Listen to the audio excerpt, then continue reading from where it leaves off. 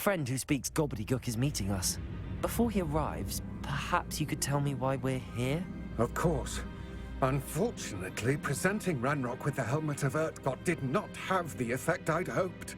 Because he knew the details surrounding its plunder, he presumed I'd had help from a witch or wizard in retrieving it. How else did he expect Goblinkind to get the helmet back? Seems he has no interest in making amends with you. I'm afraid we do not have the luxury of rational expectation when it comes to Ranrock. Damn Bragbor and his blasted journals. Bragbor? An ancestor of Ranrock's, renowned metal worker. If we are to work together, I suppose I must tell you more. Not long ago, Ranrock sent me to collect a recently unearthed set of Bragbor's journals.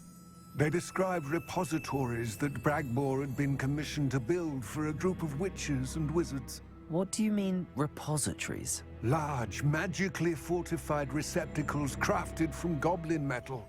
Ranrock recruited others to help me locate the repositories. We were to search anywhere that was connected to 5 names mentioned in the journals: Rackham, Fitzgerald, Bakar, Morganach, and Rookwood. Rookwood Castle. That is where we began our search. Why does Ranrock care so much about these repositories? He cares about what they contain. For centuries, wizards have refused to share their magical knowledge with goblins. Your kind will not even let us carry wands. Thus, many goblins, myself included, have spent our lives mistrusting wizard kind.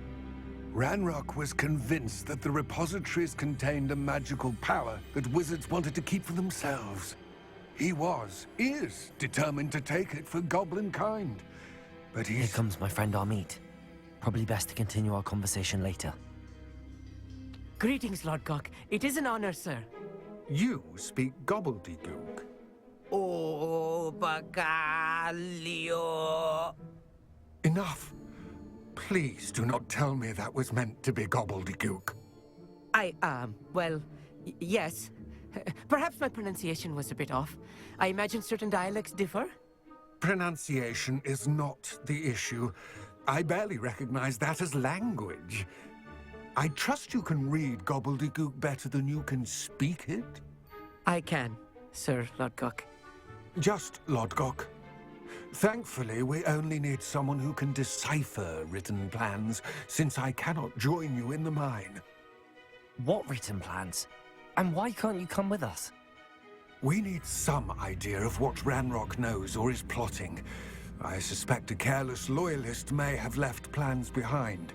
And I'm unable to join you because I cannot risk anyone reporting my presence to Ranrock. All you need to do is not be seen, either by the eye above the enchanted door or a loitering loyalist.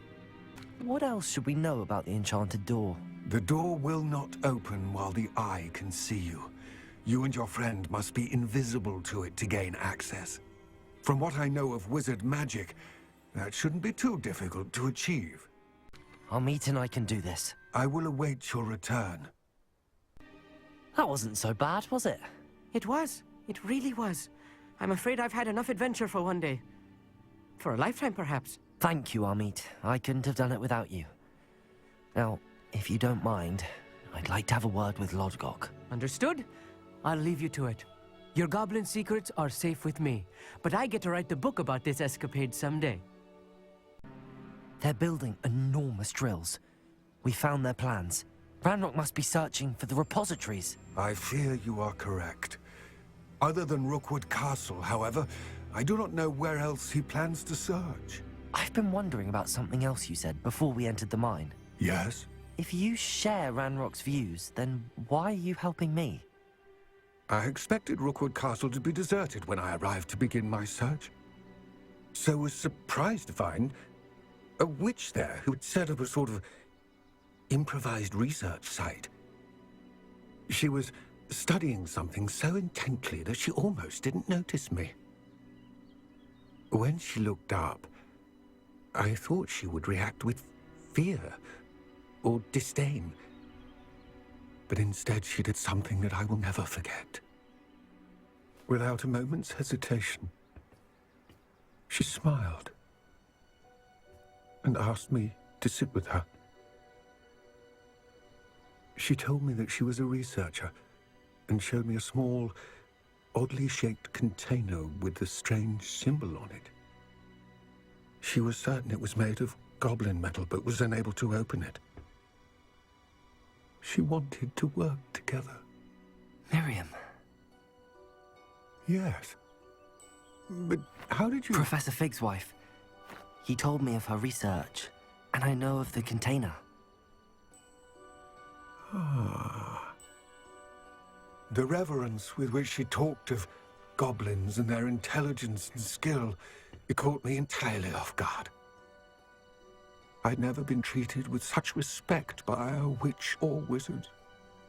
So, to my surprise, I let her study the container if she would allow me to search the castle on my own. We parted ways, with her promising to share what she'd learned. More of Ranrock's recruits arrived, and we began to dig, eventually locating the first repository. Ranrock was thrilled with our discovery, but furious when I told him about Miriam. Berated me for trusting a witch when I heard she had been killed. You think Ranrock murdered her? I don't want to believe it, but I don't know. After that, something shifted in me. I had seen how the power from the repositories was transforming Ranrock, transforming all of them. I could no longer remain a part of it. Thank you, Lodgok, for telling me this. I tell you all of this so that you understand what is at stake. Ranrock never found all of Bragbor's journals, but the ones he did find suggest that Bragbor at some point built a repository far greater in size than the one beneath Rookwood Castle. What you've discovered here today worries me deeply. If Ranrock learns of the location of that repository, I fear we shall be destined for a great war. I will find out what Ranrock knows. Watch for my owl.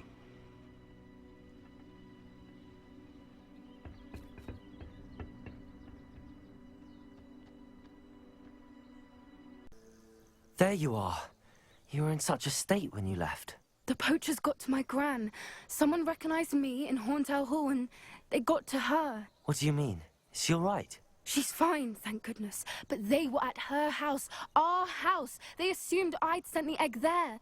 She said they took the whole place apart looking for it, screaming that we'd cost them everything. I'm sorry, Poppy. I'm glad she's all right. I don't think either one of us could have anticipated that. I should have known. I underestimated the poachers. And now another creature's in danger. What do you mean? The poachers refused to leave empty-handed, so they took valuable journals that Gran had discovered when she was researching rare creatures. One of them contained theories about a secret hiding place of the Snidget, long thought to be extinct. Exactly what kind of creature is a Snidget? It's a small bird with golden feathers. It's incredible. It has rotational wings that allow it to dart quickly in any direction. In fact, the golden snitch in Quidditch is based on the Snidget, which barbarically was actually used in the sport hundreds of years ago. Why would Snidgets be valuable to poachers? They could make more money with Snidgets than they ever would have fighting dragons. The golden Snidget's feathers and eyes are incredibly valuable. That's why they're believed to be extinct. They were hunted out of existence by wizard kind. If the poachers found some now, I can't bear to think about the horrific way they'd be bred and killed for profit. Where exactly are these Snidgets allegedly hidden? Gran says the journals were a bit cryptic, which is good. Perhaps the poachers won't be clever enough to find the birds. From what she recalls, the journals only noted that the key to finding them lay in the moonlight. Gran thinks it can be narrowed down to a handful of locations. I take it you aren't going to let the poachers anywhere near the Snidgets. Gran wants me to stay out of it, but I know she's devastated that poachers might go after the Snidgets, if they still exist. We had the element of surprise on our side when we saved that dragon. But the poachers will be watching for us now. We need allies. Others who hate the poachers enough to help us, who value creatures as much as... Merlin's beard! You're a genius! The centaurs! They'd want the Snidgets protected at all costs. Sounds as if we need to go and talk to the centaurs. We'll need to be careful in how we approach them. Tensions with them are high. Still, I think they may be our only hope. Let me think on it. You wanted to speak with me, Mother? I had hoped to speak with you alone, Natsai. Your message mentioned your concern about an unusual creature that was spotted in the woods near Hogsmeade. That could have been anything. You know what it was, Natsai. I am allowed to leave the castle. I am always careful, Mother. Careful. Officer Singer disagrees. She sent me an owl telling me that you have been trying to collect evidence of some kind against dark wizards. She berated me for not keeping a closer eye on you, and she is right. I do not want you visiting Hogsmeade for the near future. But Mother! My little gazelle, you are well-intentioned, but you must not meddle in the affairs of dangerous people. If someone had meddled in Matabeleland, Father would still be with us. I must get to class. Perhaps your friend can get you to listen to reason.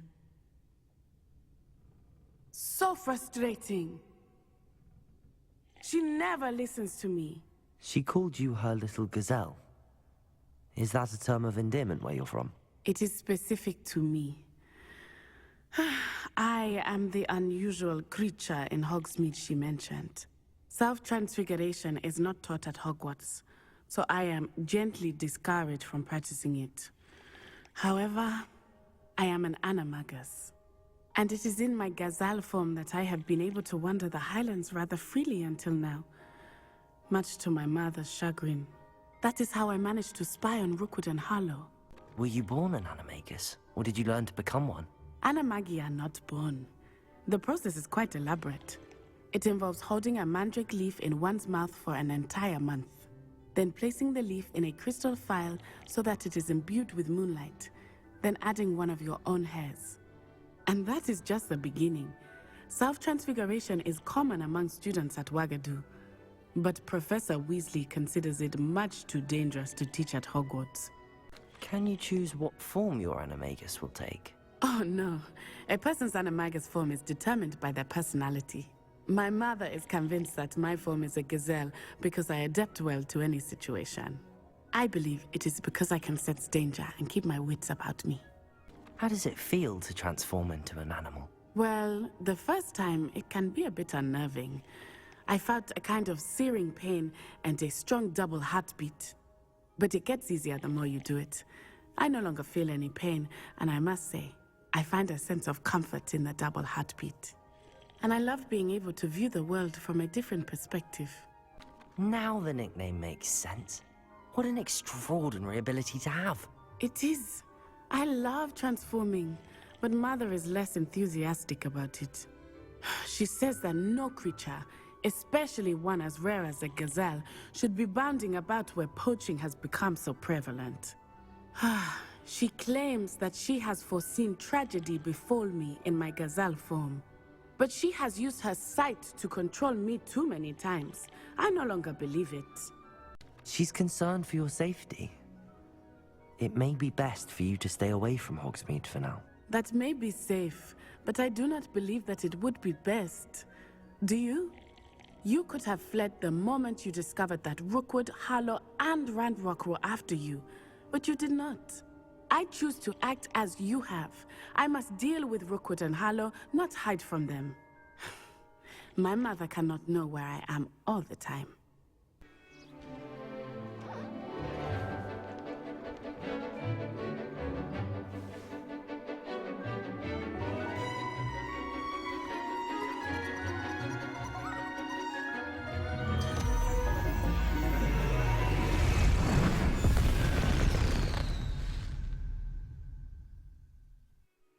Excellent work today.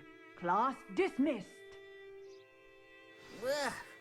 Can't say I'm terribly fond of all the dung in this class. I take it you're ready to learn your... I completed your assignment, Professor. I'm ready to learn Bombarda now. Good. Now, this spell comes with a caveat. It should only be used when necessary. The exploding charm, as you might suspect, can hurt people. Use caution when casting it. I will, Professor. I will hold you to that promise. Now, you must be precise in your wand movements. We don't want you blowing your hand off. Go ahead. Nice and steady wand movements. Remember, the exploding charm is highly volatile.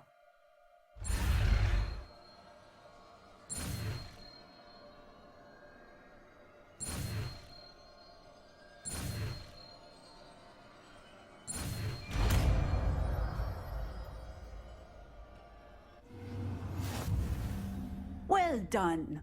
Now, let us put it into practice, shall we?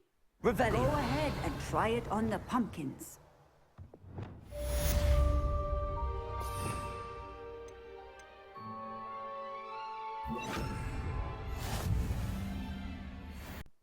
Professor, might I have a moment? Yes. What is it?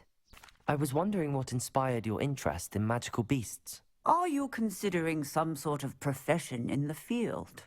I haven't decided quite yet, but I do find magical beasts fascinating. You do seem to engage well with the beasts in class.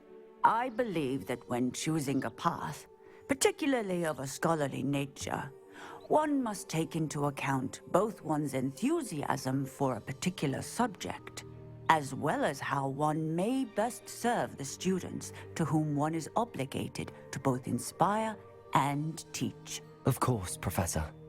When did your path become clear? I recall it quite vividly. It was the summer between my 6th and 7th years. I read in the Prophet about a wizard who'd been selling alchemy eggs and disappeared in the mountains near my home. I knew of the alchemy, of course, from my studies, but they are native to lands east of here, such as India. I wondered if it was possible that an alchemy could be so nearby. Hence, I went to find it. What type of beast is an alchemy? It is a spectacular beast. A feathered, winged serpent-like creature that can grow or shrink to fit a particular space. Its eggs are made of pure silver, hence the desire to trade in them. Seems quite a challenge finding an alchemy in the mountains. It was. After a few days, during which my parents grew increasingly annoyed at my absence, I found what little remained of the wizard egg trader. He was near a tree hollow, and there, inside, was a nest with 7 silver alchemy eggs. What did you do with them? Nothing. Beasts are to be valued for what they can provide for wizard kind. Protective clothing, potion ingredients, even wand cores. Only poachers see the value in ending a beast's life for galleons. I left the eggs alone. I hid, and moments later, the beast flew right over my head. Breathtaking. She then seemed to all but disappear as she shrunk to fit into the hollow. That sounds incredible. Indeed. I knew in that moment that I needed to understand all that I could about beasts and ensure that wizard kind learned to benefit properly from them. Now, I trust that I have answered your question. You would do well to continue your study of beasts, regardless of your chosen path. Beasts and all that they provide will vastly improve your life, and perhaps one day even save it. I shall remember that, Professor. Thank you. Excuse me, did you say something about Bardolph Beaumont? Oh, hello again. How nice to see you. And yes, I did. I was just worrying about Claire Beaumont's brother Bardolph, only he's gone missing. Rumour is he was seen in the forest practicing dark magic. Saw him myself near some ruins with Rookwood's lot I did. I fear he got himself into trouble with the Ashwinders, especially if he made them a promise he couldn't keep. I'd help search for him myself, but no one will risk encountering Ranrock's loyalists. They seem to be everywhere. Why would Bardolph want to get involved with the Ashwinders? Oh, he had a terrible run-in with Ranrock's loyalists. Changed him. He vowed never to feel powerless again. I think he sought the Ashwinders out to learn their secrets. Victor Rockwood, at least, seems somehow immune to Ranrock's loyalists. Do you think Bardolph may have simply run off? No. Bardolph's run that shop with Claire his entire life. He'd not give it up for anything. He swore he'd be back in a fortnight. My instincts are that he's been held captive, or worse. I can certainly look out for him. Any help would be appreciated. You might speak to Claire first. Perhaps she has some insights that I don't. I can tell you that Bardolph was last seen in the forest wearing a particular woolen jumper, one that Claire knitted herself. I couldn't help but overhear. Did you mention Ranrock's loyalists? I did. Never imagined they'd act this deadly. I'm Claire Beaumont, by the way. Nice to meet you. Ranrock and his followers have set up camp here. No regard for our beloved hamlet or our livelihoods. Ruthless. My brother Bardolph dared to stand up to them and ended up in St. Mungo's. I'm simply at my wit's end. How did your brother Bardolph end up in St. Mungo's? Bardolph had spent the entire day hand-picking herbs and roots for us. When a group of Ranrock's lot appeared and demanded the harvest for themselves, Bardolph refused. In their anger, they hurled him against a rock and robbed him. The moment he left St. Mungo's, he vowed revenge. I worry he may be dabbling in magic that he will one day regret. You said Ranrock's loyalists have set up camp here. Where, precisely? To the south, across the river. Last I heard, there were several loyalists in each camp. I won't go near them. Why don't you simply leave the area for now? Upper Hogsfield is my home. Bardolph and I grew up here. No, we are standing firm. Once my brother returns, then we shall decide what to do next. He's gone to seek Victor Rookwood's advice. I didn't approve of that idea, but perhaps in the end it will help. I'm unfortunately quite familiar with Ranrock's loyalists. Perhaps I can do something. Much as I would love to be rid of them, I wouldn't want you to risk injury, or worse. Please be cautious. Hello, Madame Beaumont. Good news. I was able to clear out Ranrock's camps. You cleared them out? How? It was harrowing, and they dug in their heels, but I managed. When my brother returns, this news will mean the world to him.